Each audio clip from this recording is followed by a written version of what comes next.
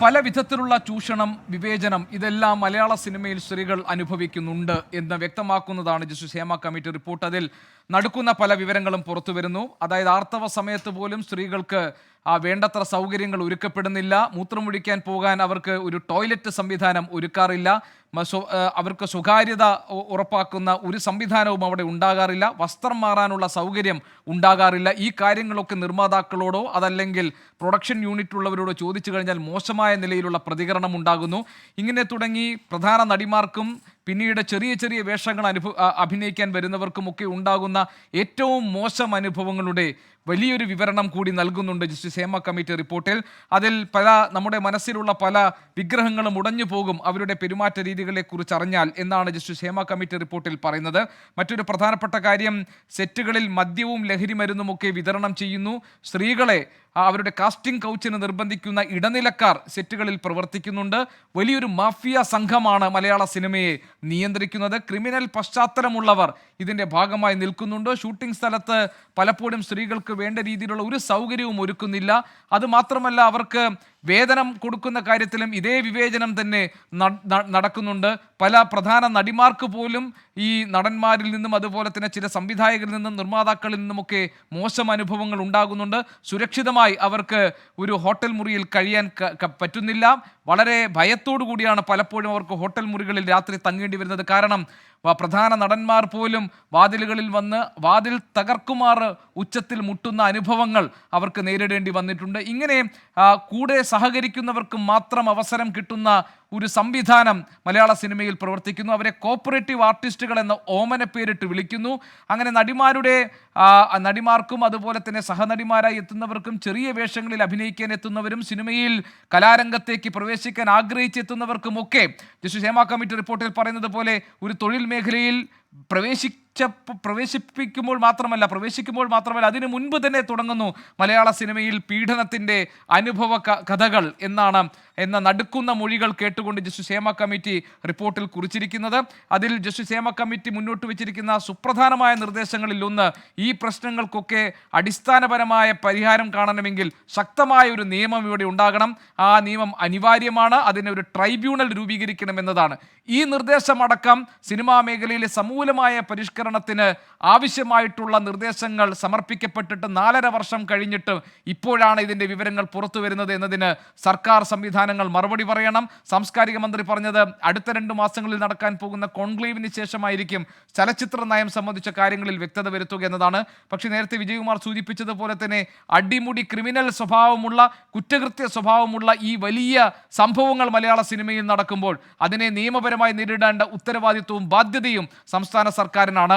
എന്തുകൊണ്ട് 4.5 വർഷം ഈ റിപ്പോർട്ട് വെളിച്ചം കാണാതെ പൂഴ്ത്തിവെക്കപ്പെട്ടു എന്ന ചോദ്യത്തിനും വരും മണിക്കൂറുകളിൽ സംസ്ഥാന സർക്കാരിന് മറുപടി പറയേണ്ടി വരും. ഷൂട്ടിംഗ് സ്ഥലത്ത് ശുചിമുറിയും വസ്ത്രം മാറാനുള്ള സൗകര്യവും ഇല്ലാത്ത പ്രശ്നങ്ങൾ ഈ റിപ്പോർട്ടിൽ ചൂണ്ടിക്കാണിക്കുന്നുണ്ട്. ചലച്ചിത്ര രംഗത്തുള്ളവർ ആ മേഖലയിൽ മറ്റാരെയും വിലക്കാൻ പാടില്ല എന്ന് ജസ്റ്റിസ് ഹേമ കമ്മിറ്റി റിപ്പോർട്ടിൽ പറയുന്നു. സെറ്റുകളിൽ മദ്യവും ലഹരി മരുന്നും കർശനമായി വിലക്കണം എന്ന നിർദ്ദേശം മുന്നോട്ട് വെച്ചിട്ടുണ്ട്. നിർമ്മാതാവ് സുരക്ഷിതമായ താമസ യാത്രാ സൗകര്യങ്ങൾ വനിതാ ചലച്ചിത്ര പ്രവർത്തകർക്ക് ഒരുക്കണം എന്ന് പറയുന്നു. ക്രിമിനൽ പശ്ചാത്തലമുള്ളവരെ ഡ്രൈവർമാരായി നിയോഗിക്കരുത്. വനിതകളോട് അശ്ലീലം പറയരുത്. അവർക്ക് തുല്യ പ്രതിഫലം ഉറപ്പാക്കണം എന്ന് തുടങ്ങി ഒരുപിടി നിർദ്ദേശങ്ങൾ ഈ വിവേചനം അവസാനിപ്പിക്കാൻ, ഈ ലൈംഗിക ചൂഷണം അവസാനിപ്പിക്കാൻ ജസ്റ്റിസ് ഹേമ കമ്മിറ്റി റിപ്പോർട്ട് മുന്നോട്ട് വെക്കുന്നുണ്ട്. നടി ആക്രമിക്കപ്പെട്ട സംഭവം ഒരു ഒറ്റപ്പെട്ട സംഭവമല്ല എന്ന വളരെ നടുക്കുന്ന വിവരം കൂടി ആ റിപ്പോർട്ടിൻ്റെ ഭാഗമായിട്ടുണ്ട്. ഈ പുറത്തു വന്ന നടി ആക്രമിക്കപ്പെട്ട സംഭവം കേവലം ഒന്ന് മാത്രമാണ്. അങ്ങനെ എത്രയോ സംഭവങ്ങൾ മലയാള സിനിമയിൽ ഉണ്ടായിട്ടുണ്ടെന്ന സൂചന നൽകുന്നുണ്ട് ഹേമ കമ്മിറ്റി റിപ്പോർട്ട്. സിനിമയിലെ യുവതാരങ്ങളിൽ പലരും സ്ഥിരം ലഹരി ഉപയോഗിക്കുന്നവരാണ് എന്നൊരു പ്രധാനപ്പെട്ട വിവരം കൂടി കമ്മിറ്റി മുന്നോട്ട് വയ്ക്കുന്നുണ്ട്. കാരണം നേരത്തെയും ഇതൊക്കെ സംബന്ധിച്ച വിവരങ്ങൾ പുറത്തു വരികയും ആ ഘട്ടത്തിൽ മലയാള സിനിമ സെറ്റുകളിൽ പോലീസ് പരിശോധന സംബന്ധിച്ച് ചില തീരുമാനമെടുക്കുകയും ചെയ്തതാണ്. പക്ഷേ നിർഭാഗ്യവശാൽ അത്തരം ഒരു പരിശോധനയ്ക്ക് സാഹചര്യം ഒരുങ്ങിയതേ ഇല്ല.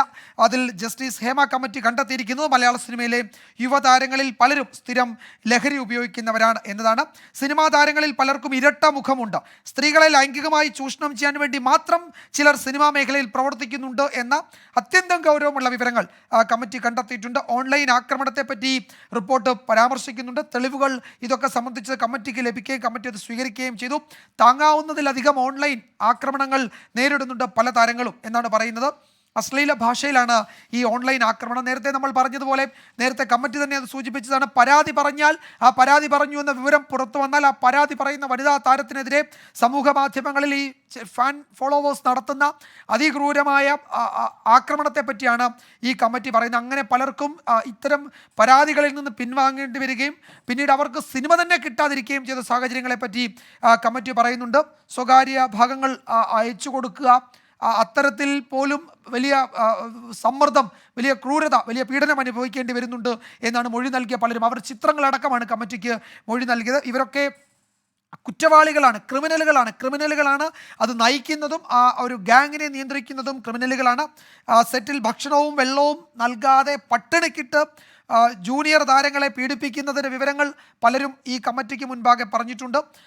അങ്ങനെ കമ്മിറ്റി ഈ സിനിമാ സെറ്റിലെ വലിയ ക്രൂരതകളുടെ, നിയമലംഘനങ്ങളുടെ, അധാർമിക പ്രവർത്തനങ്ങളുടെ മുഴുവൻ വിവരങ്ങളാണ് കമ്മിറ്റി കണ്ടെത്തിയിരിക്കുന്നത്. അത് മുഴുവനാണ് ഈ റിപ്പോർട്ടിലുള്ളത്. ജസ്റ്റിസ് ഹേമ കമ്മിറ്റി റിപ്പോർട്ടിലുള്ളത്. സർക്കാരിന് 2019 നൽകിയതാണ്, ഡിസംബർ 31 നൽകിയതാണ്. ഇതുവരെ ആ റിപ്പോർട്ടിന്മേൽ കാര്യമായ നടപടിയും ഉണ്ടായിട്ടില്ല.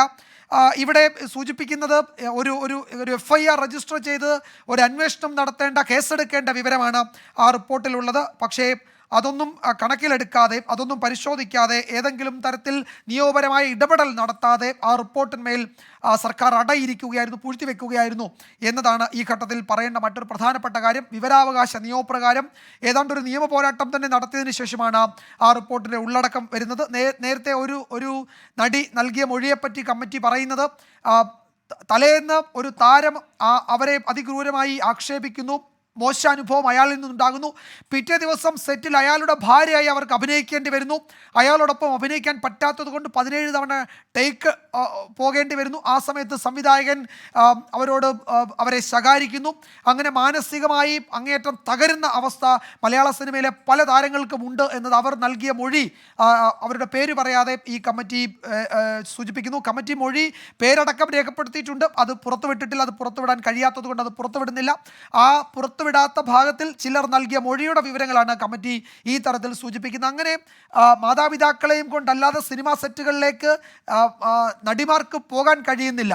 ഈ അഭിനയം ഒരു കലാവാസന, അതിനോടൊക്കെ ആഭിമുഖ്യം പുലർത്തി പലരും സിനിമയിലേക്ക് എത്തുകയും ഇതൊന്നുമല്ല, ഉപ്പ് കണ്ടാൽ അത് പഞ്ചസാരയാണെന്ന് തോന്നും എന്നാണ് മലയാള സിനിമയിലെ സാഹചര്യത്തെപ്പറ്റി കമ്മിറ്റി തന്നെ വിലയിരുത്തിയിരിക്കുന്നത്. നോക്കുക, എത്ര ഗുരുതരമാണ്, എത്ര നിയമവിരുദ്ധമാണ് മലയാള സിനിമാ സെറ്റുകളിൽ നടക്കുന്ന കാര്യങ്ങൾ, അതിനെത്ര മുഖങ്ങളുണ്ട്, അതിന്മേൽ ഇനി എന്ത് നടപടിയെടുക്കാൻ പോകുന്നു എന്നാണ് അറിയേണ്ടത്. സലീം മാലിക് വിവരങ്ങൾ നൽകും തിരുവനന്തപുരത്ത് നിന്ന്. സലീമ, നമ്മൾ ഇതിനോടകം കേട്ടതും വായിച്ചതും അറിഞ്ഞതും നിയമലംഘനങ്ങളുടെ ഒരു ഘോഷയാത്ര മലയാള സിനിമാ സെറ്റുകളിൽ ഉണ്ട് എന്നുള്ളതാണ്. അതിന് കുടപിടിക്കുകയോ അതിന് കൂട്ടുനിൽക്കുകയോ ഒക്കെയാണ് പലരും ചെയ്തു പോകുന്നത് ഇത്രയും കാലം. ഇപ്പോൾ പല പ്രേക്ഷകരും നമ്മുടെ കമൻറ്റ് ബോക്സിൽ പറയുന്നു, താരസംഘടനയുടെ പേര് ദയവായി അമ്മ എന്നത് മാറ്റണം, അതിനെ ഇങ്ങനെ അപമാനിക്കരുത് എന്നിങ്ങനെ തുടർച്ചയായ കമൻറ്റുകൾ വരുന്നു. അത് കേൾക്കുമ്പോൾ നമുക്കും തോന്നും അത് കുറേയൊക്കെ വസ്തുതയുള്ളതാണെന്ന്.